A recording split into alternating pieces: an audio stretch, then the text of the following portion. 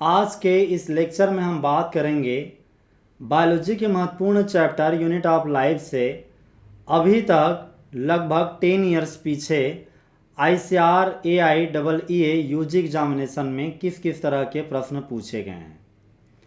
Discussion से ये भी हम कंक्लूड करने की कोशिश करेंगे क्या हम सारे क्वेश्चन को NCERT से सॉल्व कर सकते हैं या कितने परसेंट क्वेश्चन को सॉल्व कर सकते हैं। तो आइए स्टार्ट करते हैं डिस्कशन यूनिट ऑफ लाइफ के बारे में। सबसे पहले हम डिस्कस करते हैं पहला क्वेश्चन क्या है।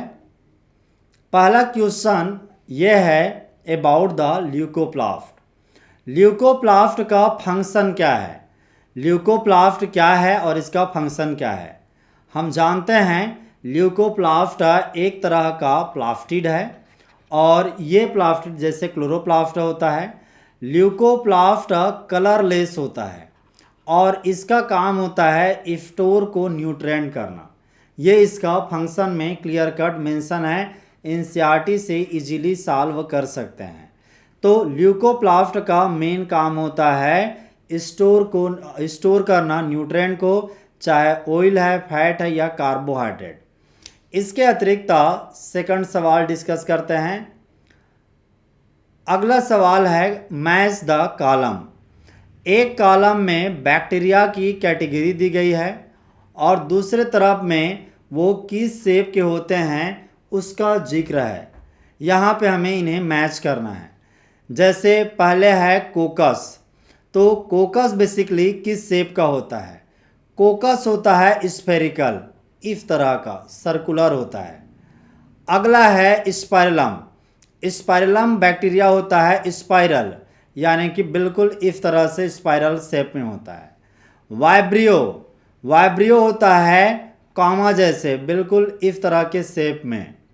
और बैसिलस होता है रॉड शेप में, इस टाइप से। तो बेसिकली पहले का ऑप्शन है बी। तो यहाँ पे पहले का ऑप्शन किस में है, एक इसमें है एक इसमें है, तो ये आंसर बिल्कुल भी नहीं है ये दोनों। अब ये दो रहा, दूसरा भी ए है, तो ये भी क्लियरिटी आ गई कि स्पाइरलम का ऑप्शन ए ही है। ये दोनों से ही पता चल जाता है। अब तीसरा है, तीसरे का ऑप्शन सी है या डी है, तो तीसरे वाइब्रियो यानी कि कॉमा डी, यानी कि ऑप्शन कौन सा हो गया, ये वाला आंसर है ये डी, जिसमें सी जिसमें कि ये मैच कर रहा है। अगला सवाल देखते हैं। अगला सवाल है सेल इन्वलोप ऑफ बैक्टीरिया के बारे में। बैक्टीरिया सेल किस तरह के सेल इन्वलोप से बना है और उस सेल इन्वलोप के मेजर कंपोनेंट क्या होते हैं। तो यहाँ पे हम जानते हैं ये NCERT का क्लियर कट स्टेटमेंट है कि बैक्टीरिया सेल का सेल इन्वलोप है वो ग्लाइकोकैलिक्स का बना होता है, जो आउटर मोस्ट का होता है। तो यहाँ पे इसी से ही आप पता लग जाएगा कि यहाँ पे ग्लाइकोकैलिक्स है, लेकिन ये आउटर मोस्ट नहीं है, तो ये ऑप्शन नहीं है। यहाँ पे ग्लाइकोकैलिक्स है ही नहीं, ये भी ऑप्शन नहीं है। ग्लाइकोकैलिक्स इसमें है और इसमें है। दूसरा कंपोनेंट सेल मेम्ब्रेन है, तो ये दोनों ऑप्शन है। अब तीसरा मेजर कंपोनेंट है वो प्लाज्मा मेम्ब्रेन है, तो ऑप्शन क्या है, ये टोनोप्लास्ट तो यूकैरियोटिक सेल के वैक्यूल का मेम्ब्रेन होता है, तो ये ऑप्शन नहीं है बल्कि ये वाला ऑप्शन है। अगला सवाल।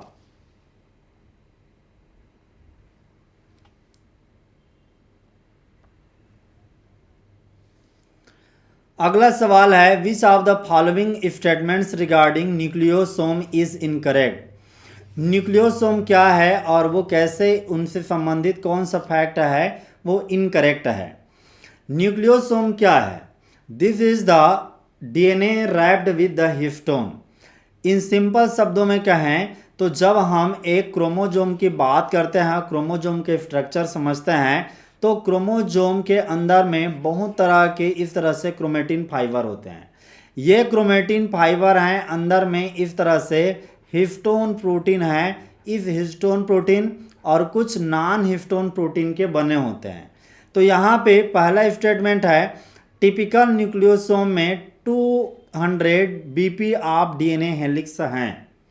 तो ये स्टेटमेंट अनक्लियर है, जब तक आप फैक्ट को नहीं जानते हैं फिर भी ये ट्रू कह सकते हैं। अगला है nucleosome in the chromatin are packed in the form of chromatin fibre.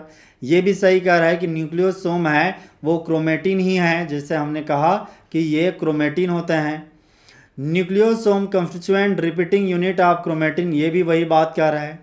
DNA is wrapped around positively charge histone hexamer to form the nucleosome. तो ये ऑक्टोमर होता है, ये स्टेटमेंट गलत है, ये ऑक्टोमर होता है ना कि हेक्सोमर।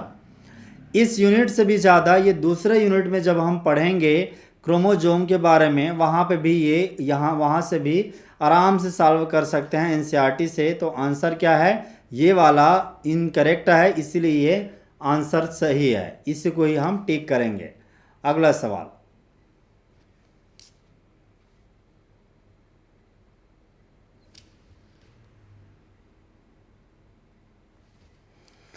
अगला सवाल है न्यूक्लियोसोम के ऊपर में।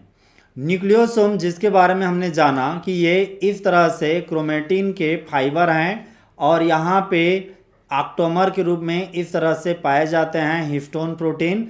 तो यहाँ पे ऑप्शन क्या है, RNA wrapped with the histone protein. RNA होता नहीं है, केवल हिस्टोन प्रोटीन होता नहीं है, DNA होता है लेकिन एसिडिक प्रोटीन नहीं होता।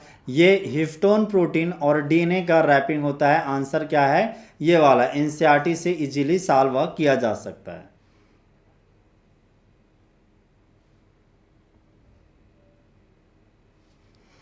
अगला सवाल है which of the following is a best explanation for early discovery of nucleus than the cell theory. Cell theory के पहले न्यूक्लियस की डिस्कवरी हो गया, इसका बेस्ट एक्सप्लेनेशन आप क्या समझते हैं? न्यूक्लियस ज़्यादा इंपॉर्टेंट है साइटोप्लाज्म की तुलना में, तो ये कोई सेंस बनता नहीं है। Robert brown had a better microscope, तो इससे भी कोई सेंस नहीं बनता है कि सेल थ्योरी क्या है। तो यहाँ पहले जान लीजिए कि सेल थ्योरी क्या होता है। सेल थ्योरी कहता है, सेल थ्योरी में स्लेडन एंड स्वान ने कहा था कि प्लांट या एनिमल सेल हैं वो बेसिकली सेल से ही, किसी प्लांट या एनिमल है वो सेल के ही बने होते हैं। कोई भी लिविंग है, खास करके प्लांट और एनिमल है, वो सेल के बने होते हैं। तो अब यहाँ पे न्यूक्लियस है, ये स्टेटमेंट को देखने हैं, न्यूक्लियस इज विजिबल बॉडी। ये ठीक है कि न्यूक्लियस सीधे तौर पे देखा जा सकता है, बड़ा स्ट्रक्चर है। Cell theory is an abstract generalisation.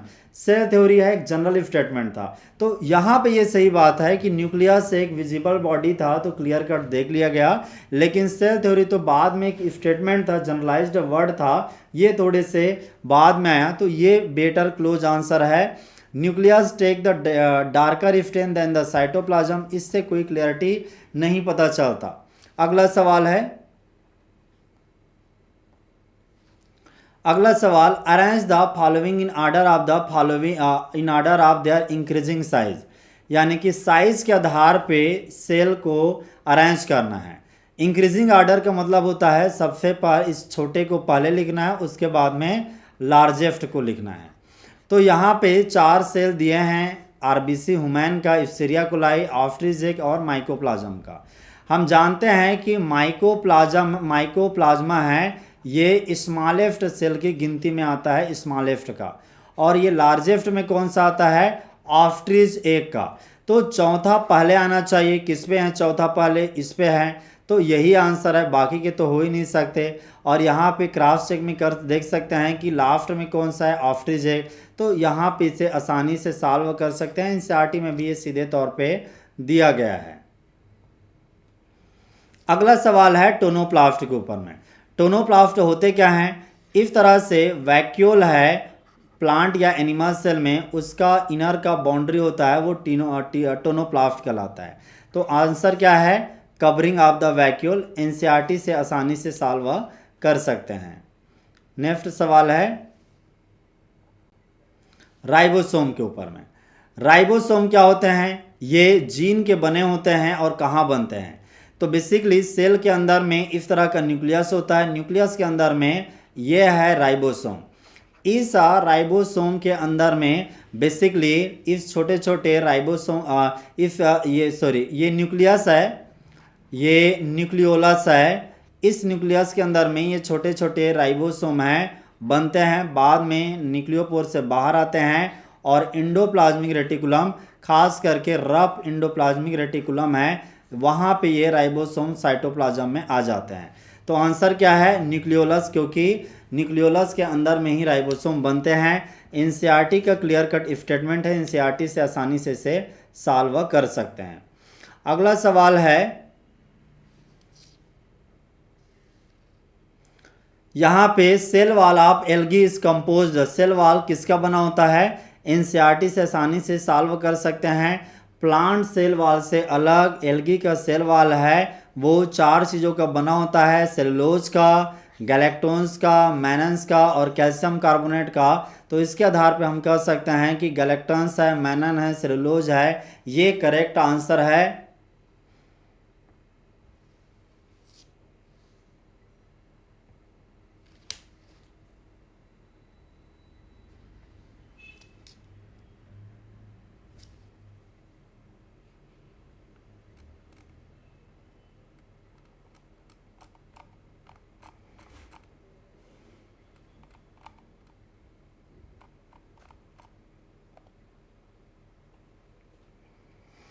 यहाँ पे नेक्स्ट सवाल है, फ्लूइड मोज़ेक मॉडल है वो किसने दिया था?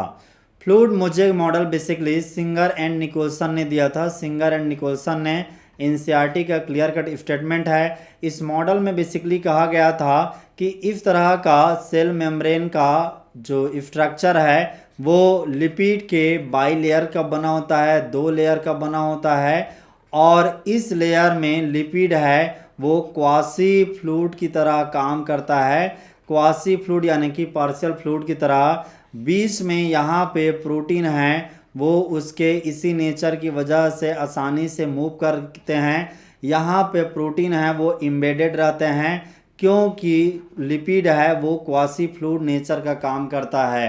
तो फ्लूइड मोज़ेक मॉडल है ये बेसिकली सिंगर एंड निकोलसन ने दिया।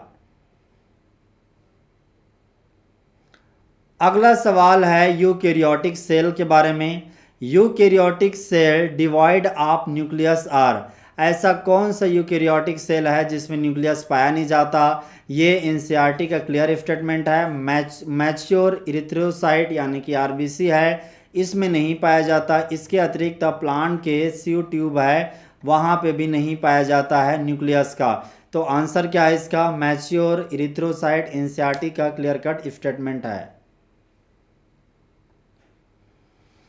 नेक्स्ट सवाल है, फ्लूइड मोज़ेक मॉडल जिसका अभी हमने डिस्कस किया था, सेल मेम्ब्रेन के लिए किसने दिया था? Answer again Singer and Nicolson है जिन्होंने सेल मेम्ब्रेन को एक्सप्लेन करने के लिए, उसके स्ट्रक्चर को एक्सप्लेन करने के लिए फ्लूइड मोज़ेक मॉडल दिया।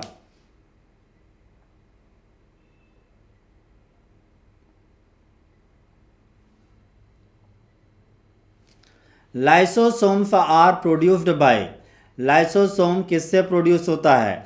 तो बेसिकली लाइसोसोम सेल के अंदर इस तरह के छोटे छोटे वेसिकल जैसे स्ट्रक्चर होते हैं, ये मेम्ब्रेनस भी स्ट्रक्चर होते हैं। इनका निर्माण इसी में गोल्गी ऑपरेटस होता है। इस गोल्गी ऑपरेटस जो कि पैकेजिंग मटेरियल का काम करता है इसी से होता है। तो आंसर क्या है? गोल्गी बॉडीज या गोल्गी ऑपरेटस से लाइसोसोम का निर्माण होता है। ये भी एनसीईआरटी से सॉल्व किया जा सकता है।